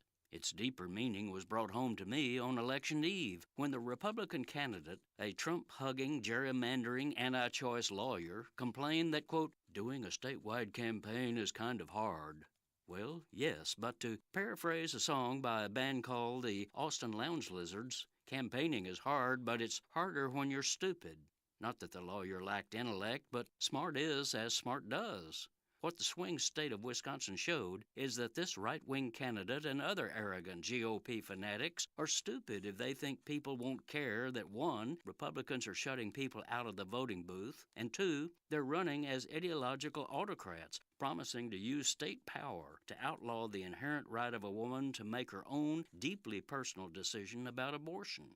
Moreover, Judge Janet's big win sends a gut-check message to meek Democratic Party officials and donors who continually admonish candidates and local activists to be middle-of-the-roaders, compromising the people's little d Democratic principles in hopes of winning some Republican votes. Protasewicz was straight with voters, proudly campaigning to be a pro-choice, pro-worker, pro-democracy justice. This is Jim Hightower saying, because of both the integrity and clarity of her message, she generated a record turnout, greatly increased participation by women and young voters, and, especially noteworthy, made significant inroads in rural and working-class counties that had been considered Trump country. She showed that if Democrats stand up for the people, people will stand up for Democrats.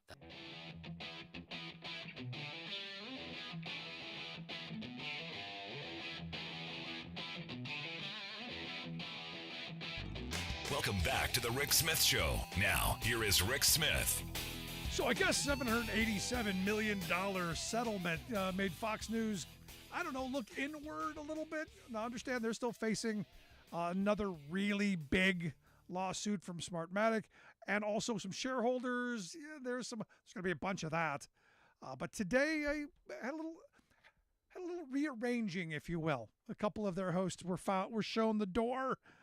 Dan Bongino, someone who blocked me on Twitter, Maria Bartiromo, and Janine Pirro, all being shown the door. And I got to wonder how much they're going to try and lay at their feet. But here to share some thoughts on the Fox settlement, maybe where things go, and what the future over at the F channel is going to be. I've asked Sherry Jacobus to come talk with us. She's a political columnist and former RNC spokeswoman. Sherry, thanks for taking time for us. No, thanks for having me here. So, what do you think of the bloodletting over at the F channel? Well, I know that Dan Bongino is gone, and he blocked me too. He blocks everybody. He's a bit of a snowflake, very, very thin-skinned. But Maria Bartiromo and Janine Pirro, Judge Janine Weinbach's Pirro, as we call her, it's rumored they are on their way out, but they don't believe they were actually let go today. Oh, I was excited. I was maybe too much so. Yeah. But it seems that their heads are rolling. You know, they have to make a show of this and get rid of, you know, the worst offenders, or some of them. They're never going to get rid of Tucker or Hannity. So, you know, the women they think are, you know, that they can get rid of them and they won't care about that. I mean, after all, it is Fox, and they are very different to women. But, you know, I don't think that the settlement is the huge win that people think it is. Rupert Murdoch doesn't have to, they don't have to do a public apology on Fox. Fox viewers will never know anything about this. I guarantee you. I have family members who, there's so much of the news they miss because they've been told to watch only Fox, and they don't know what they don't know. So they don't even know that there's a Dominion lawsuit. They have no idea what any of this means. You know, Lou Dobbs disappears. They don't know why. They don't ask. And that was, you know, a couple of years ago. So Fox really kind of won, in my view. This is a drop in the bucket in terms of money. The Murdoch empire can certainly afford all of this, but that was the right of Dominion to do that. It was a civil suit, and, you know, they collected their damages, I guess, their settlement.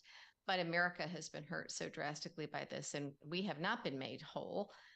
So that's still a problem, and we still have a lot of work to do. But I think that Fox, I think they skated on this because it's not that much money for them, and they don't have to tell their viewers that they were lied to. Yeah, and that's the part that got me. And I said from the beginning, you know, if it were me, and I like to be high-minded when it's not my $787 million that I could put in my pocket, I would have wanted to take this to the end, because it was just one bad story for the F channel after the next. And every time you turned around, there was more things that were coming out. But like you said, the people who needed to see it were never going to see it. Right. And, you know, I did a project a few years ago called America Reads the Mueller Report, raised money, and we had a GoFundMe, and we produced it. I produced it out in Hollywood, mostly with volunteers. I got celebrity friends. Most of y'all know them from Twitter that are patriots and activists. And we did direct readings from the Mueller report. And when we bought the TV time, we purposely were trying to reach Fox News viewers who are not part of the cult, but they simply don't access accurate information because they watch Fox. So we got them like on their local TV, and like an early morning farm report. It was a half-hour program, and no political commentary, you know, and just so they know the truth. And we do it before the Wendy Williams show, or local news programming, and, you know, sports and things like that. So you only need a few people, you know, close elections or won or lost in the margins. And that's really what it takes. You have to target these Fox viewers with the truth another way. And I wish that we had some deep-pocketed person or entity of some sort that would do exactly that, to just basically say, you know, Fox lied. Here's what happened. They lied to you. And Fox News won't let you run the ad, but you can do it other places, and you can do it with radio, because these people have to be reached. We can't just throw our hands up in the air and go, well, if Fox doesn't tell them the truth, they're never going to know it. There are ways to do this. It takes some elbow grease. Yeah, I remember some money. when the information first started coming out about how bad, you know, the Fox hosts were, how bad their views of their listenership and their viewers were. I talked about the movie The Face in the Crowd. I'm sure you remember the old Andy Griffith movie, and I'm going, this the Lonesome Roads moment, where finally they leave the mic potted up to hear just how bad. And the reality is, no. I've talked to some of my Fox viewing friends, and they don't believe a word of it. Even when you show them this is it, they don't believe any of it. I mean, Lordy, there are tapes, and it doesn't matter. Yeah. And a lot of that's just because this has proliferated now for so many years. The Trump problem was not taken care of in the beginning, because all of the media were scoring ratings and eyeballs, and they wanted to keep that gravy train going. And then Fox kind of was forced to go all in with that. The others backed off, but there's a lot of guilt to be spread around why we're in this situation. I mean, Trump lost the presidency, but we are still very much in the era of Trump, and now it's the era of Trump and Fox together. Yeah. And Fox was always had a right wing bias, and there was actually a place for that. But lying and bias are two different things. And you notice on Twitter when some of the MAGA people and pro Fox people are out there trying to defend them, they say, oh, but you say, well, Fox lied. And they'll say, oh, but CNN is biased or MSNBC is biased, as if the two things are the same. And they are not. They simply are not the same. I mean, a lie is a lie, no matter who it's coming from, and it's not even remotely the same as bias. But there's a troll or bot farm, or that is a strategy that they are using on the right to try and conflate the two, so that people can say, "Oh, everybody does it." Well, no, we're talking lies. They're all corrupt. They all do it. You're right. Yeah. It's kind of both sidesism. This justification that we've seen, especially on Twitter. Since you brought Twitter up. Thoughts on the mark of Musk? Evidently, everybody who had blue check marks like we had, those have all disappeared, except for a few celebrities that evidently Elon's digging into his own pocket to pay. Well, and he cannot do that. I expect there will be some lawsuits because, like with LeBron, that is insinuating support for the product and for the app and for the business decisions without the permission of the celebrity. It's basically using their likeness and their voice to convey support for something that they don't support. And so they can sue, and I hope they do. So there's, and then I think they need to. But what's interesting to me is seeing all the people who have their blue check marks now. It's like, oh my God, you paid for it. I like you though. We're friends. And I feel a little bit weird about that because I feel like it's a bit of a betrayal. I unfollowed every person who has a blue check mark. Sorry. Yeah, and some are trying to defend it, saying, well, but it has the edit function. It's like, oh, just delete your tweet and redo it. Or, exactly. I mean, like we've all been doing all along. Don't give us that. And so I wonder how many people who think they're a big name who bought their check mark and they're thinking, maybe everybody will think that Elon paid for mine too, that I'm just one of those big names and celebrities. But nobody's thinking that. Donald Trump lost his blue check mark, but if he ever jumped back on Twitter, I bet he'd get it back. Yeah, nobody's thinking that. But Elon Musk is ridiculous, and this was a bad business move. I think he's trying to kill Twitter. There's some nefarious plan with this. I think that's become obvious. But these blue check marks, they say, well, some of them were not deserved, and some people who deserved them didn't get them. But overall, it's a pretty good system because, I mean, Rick, you're creating free content for Elon Musk, for Twitter. We all are the blue check marks, and we get big following. But we are the product. We are the ones that the advertisers are coming to Twitter for, and I don't think that's an overstatement. So I don't understand why Musk would do this because now it's harder for people to follow us. You look at your mentions at the verified one at the top, and now it's just the people who paid for it. So you can get notifications for people, but I don't want to get notifications for hundreds of people that I like to look at for read. So it's going to take a while to calibrate this. I'm not sure they can fix it. I think he's got to bring back the blue check mark for the people that helped make Twitter great, and those are the people that created the free content. They weren't paying the blue check marks to create the content. They make their money from us. So I don't get it. I'm going to be doing a segment every once in a while of really important things coming out of people with blue check marks. The folks with 6 followers who are putting out the best content, as you've pointed out. I think we're gonna start doing the top 10 crazy blue check mark comments here very soon. But again, this is, in my view, that check mark meant something. If you were looking at a source, it was one of the filter points that I used and going, this is somebody that I trust or not trust. That's all gone now. And I look at, I talked earlier about, New York City. They said, this is our official account. And then someone with a name close to said, no, we're the official account. And this is going to be an interesting period. But I believe that this was always about destroying Twitter, which had a left bias. And it's the one entity, the one thing that kind of had that left bias I think it had a lot to do with just destroying that. I don't think Twitter itself had a left bias. I just think that, I mean, it's different than Facebook. Everybody I know from the hometown and from high school and everything, they're all on Facebook. The people I know from later from my professional years are on Twitter. It's just a different crowd, but I do think that I do think that you have more left leaning and maybe more intellectual people. And I'm not trying to sound elitist at all, but just people who spend more time gathering information and news and that sort of thing might be. I want to say that people who are left of center maybe are better informed, is what I'm saying, but they have to work at it, and so they might be drawn to Twitter for that. Now, remember when Twitter doubled their character numbers? Yeah. There was I kind of liked that. At first, that was hard to get used to, but then I kind of liked it. Then they finally got rid of impersonators because I had a real problem with that. Well, Elon Musk has now brought all of that back.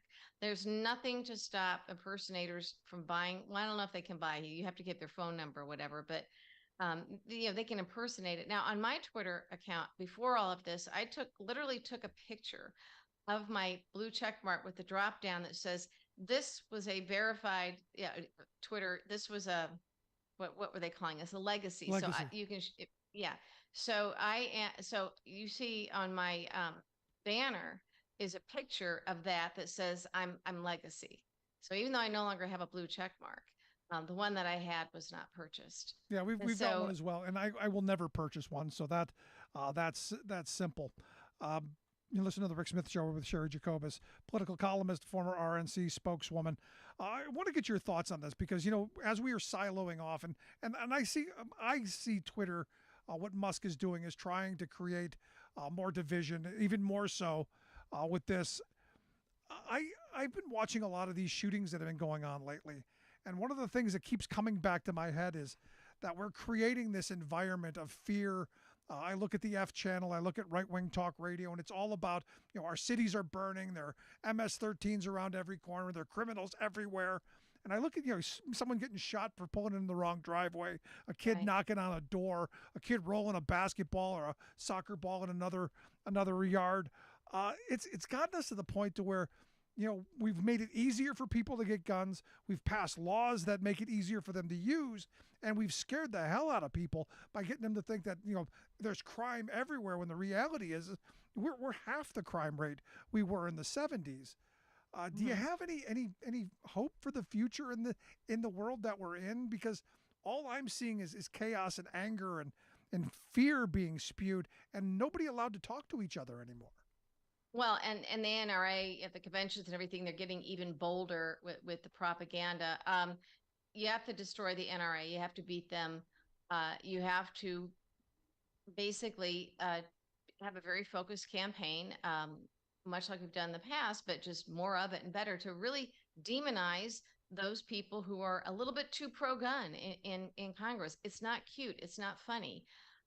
It's deadly because you are scaring these people on Fox and talk radio. They gin them up and these old guys with their guns, and they make them particularly afraid of people of color.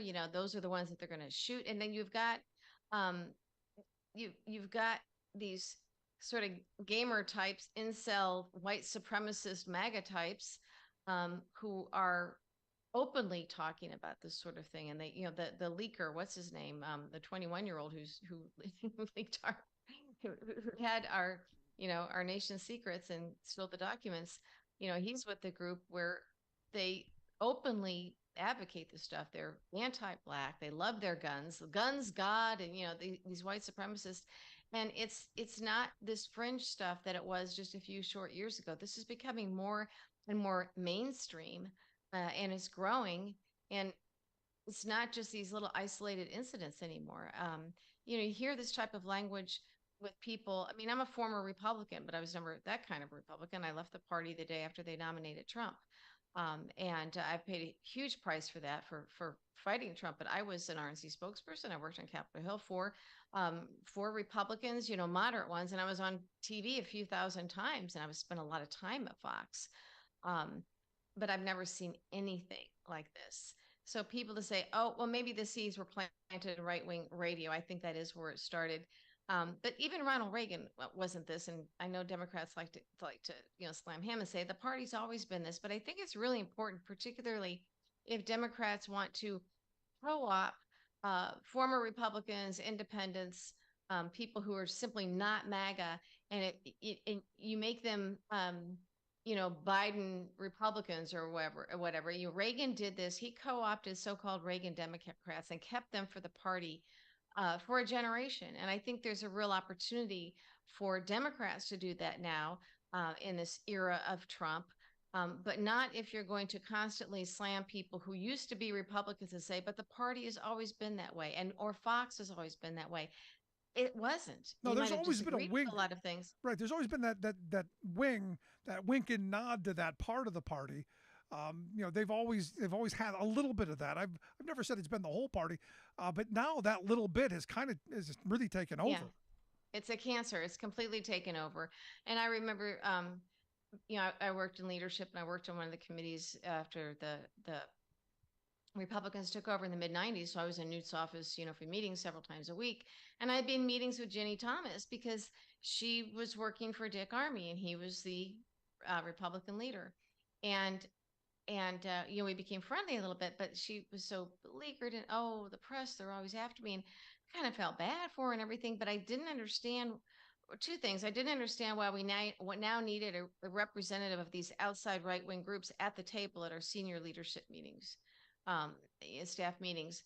It just didn't seem appropriate because it was so blatantly political and plus a little weird. We always knew they were off to the side. Like when I first started out in politics, it's like, it's fringe. And then a little bit too much, but I didn't understand why she was putting herself out there working. I mean, she was a Supreme Court justice's wife, and she's working as a staffer in the new Republican leadership, the new Republican majority, contract with America and all that.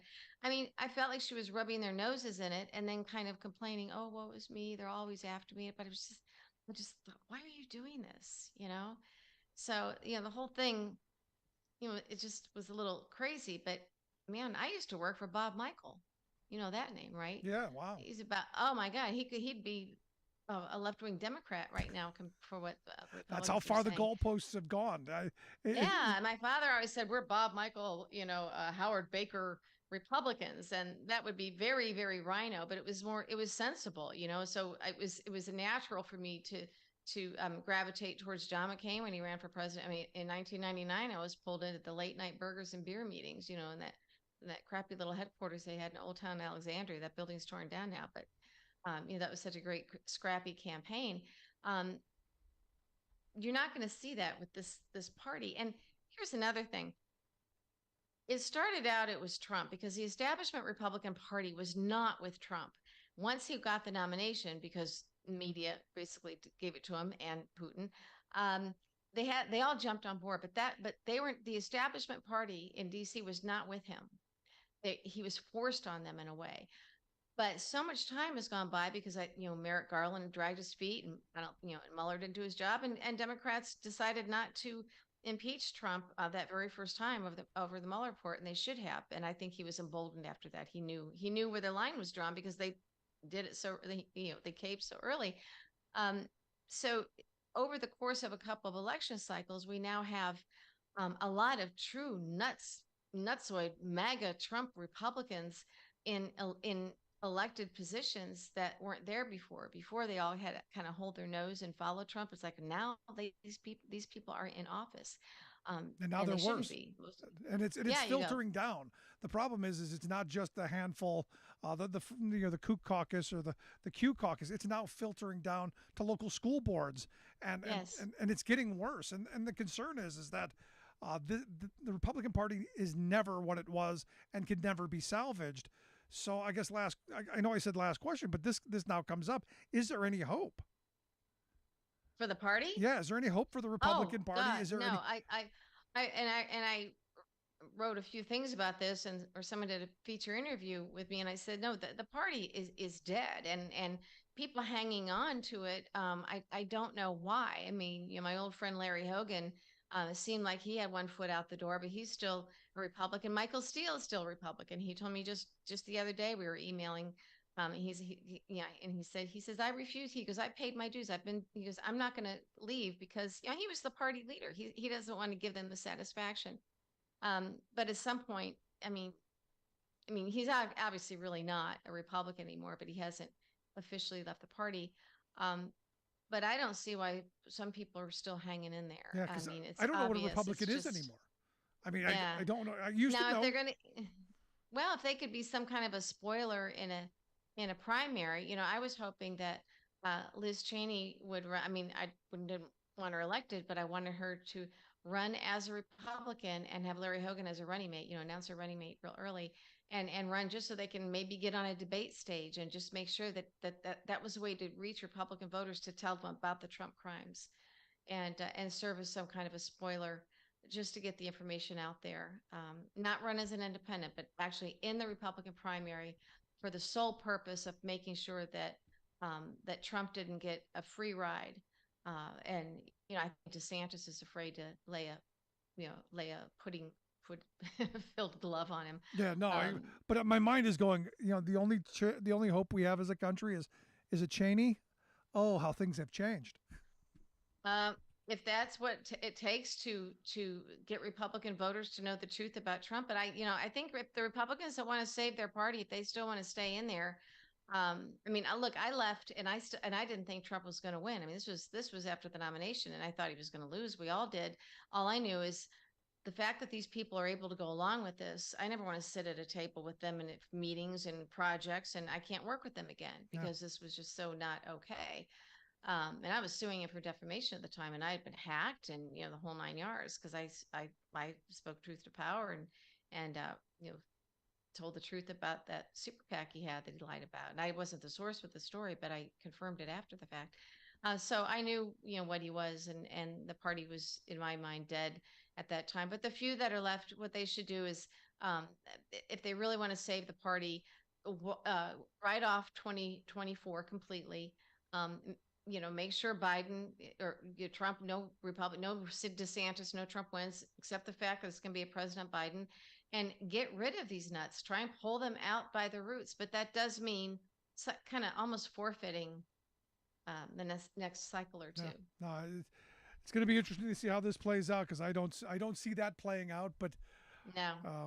A lot of this is wishful thinking. If I were in charge of strategy to save the Republican Party, these are the things I would do. But you make that presentation.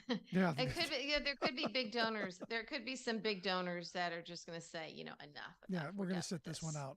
But Sherry, I appreciate you sharing some of your expertise and your insight. Always great talking with you. Thank you. Good to see you. Good stuff, Sherry Jacobus, former RNC spokesperson. I want to hear your thoughts. Email me, rick@thericksmithshow.com. If you've got any questions, comments, something on your mind, definitely want to hear it. This is, again, one of these moments where, I love talking with people like Sherry because, look, the reality is this isn't your grandfather's Republican Party. This isn't the Eisenhower Republican Party. This isn't the Reagan Party. And look, I have a lot of problems with the Reagan era. Most of it is on the financial side and the busting of unions and rigging our tax code for the very wealthy. Never put him into the MAGA category. Never put him into the really outrageous, crazy kind of white supremacist category. We're in a scary moment. And when you have former Republicans coming out and saying, "Look, this isn't my party. This isn't the party of 10 years ago or 20 years ago." Someone should listen. But she is right. There is no balance in the media airwaves.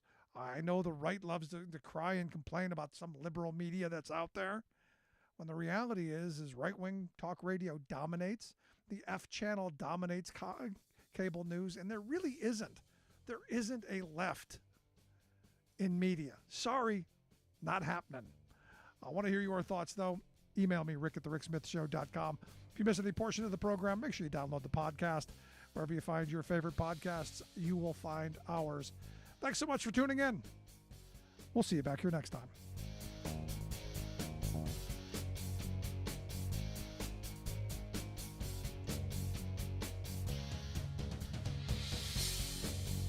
You've been listening to The Rick Smith Show. Email Rick at rick@thericksmithshow.com. Until next time, this has been The Rick Smith Show, where working people